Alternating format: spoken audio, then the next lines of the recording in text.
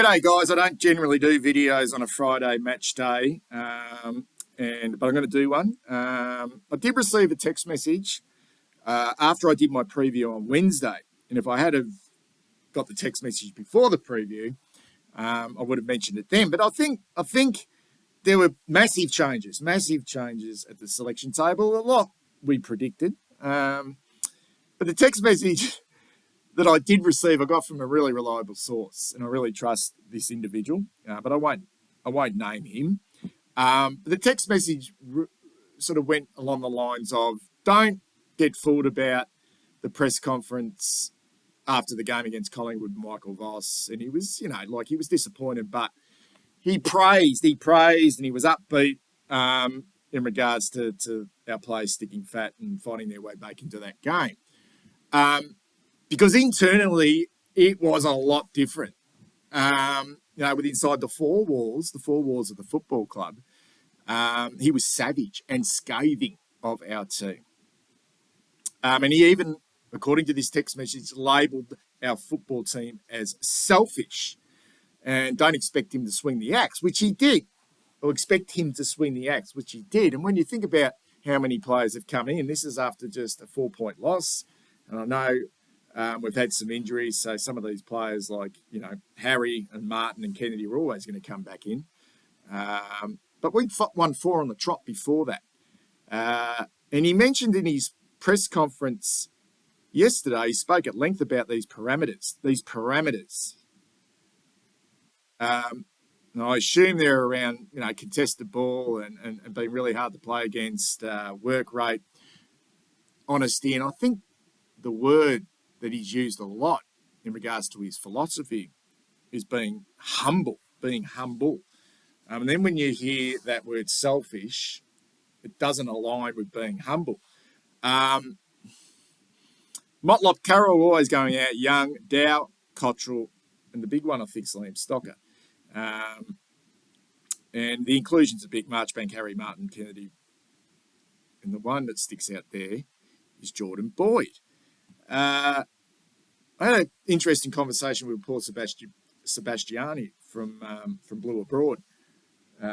He's also a VFL commentator. I rate his opinion particularly on our young players. He watches probably more VFL than anyone I know. So he knows our youngsters inside out. And we spoke about Liam Stocker on Sunday and also about Paddy Dow and their futures. Particularly Paddy Dow in regards to his future. We don't expect him to be at the football club next year, although he is contracted. But the Liam Stocker one's really interesting. And from a fan point of view, we love him. I love him. But is he that good? We're probably not going to know for a few years now. He's 22 years of age. He's played 25 games. He only played 3 this year. Syndesmosis shoulder injury on his return. So let's sort of cut him a little bit of slack there. But we don't know if he's that good yet. We really don't. But the last 3 or 4 years, from a fan point of view, we've just been crying out to latch onto someone, latch onto a player. When it came a couple of years ago, particularly last year with with Liam Stocker, and our lack of identity in regards to having any player that would show some real physical aggression and show some genuine care and love for his teammates. We just didn't have one of those.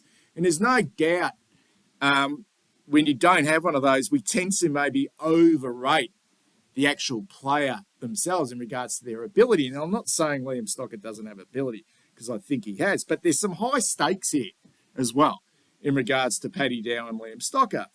Dow a number 3 draft pick, and Stocker, the whole history with Stephen Silvani and giving up that draft pick to get him. But we were desperate. We were desperate for him to succeed based on that, and also the fact that are we overrating our youngsters sometimes, and particularly someone like Liam Stocker, because he gave us so much last year. So his replacement is bloody interesting, Jordan Boyd. And you really dig a little bit deeper, he was friggin' unlucky to be omitted in the first place after the Crows game.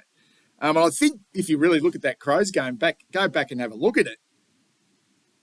Um, he's probably everything at this stage that we probably need that Liam Stocker's not giving us.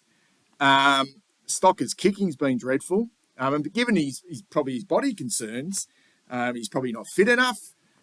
He probably doesn't have the miles in his legs, and he probably doesn't have the physicality at the moment because of that shoulder injury. So Boyd, on the other hand, was extremely unlucky to be dropped, and has had a super season in the VFL and gives us something in that back half that other players don't. And there's no doubt he has a really good relationship with Nick Austin, who drafted into the football club mid-season draft pick last year from Footscray. And he's played, he played the 3 or 4 games this season, made his debut against Hawthorn. I mentioned that game against Adelaide. And if it wasn't for Georgie Hewitt coming back into the team for the game against, I think, GWS Giants, Boyd probably would have continued to play. And I think he was just starting to build something then. So it's been disappointing for him to go back to the VFL, where he has been really good in the VFL. It didn't drop his head.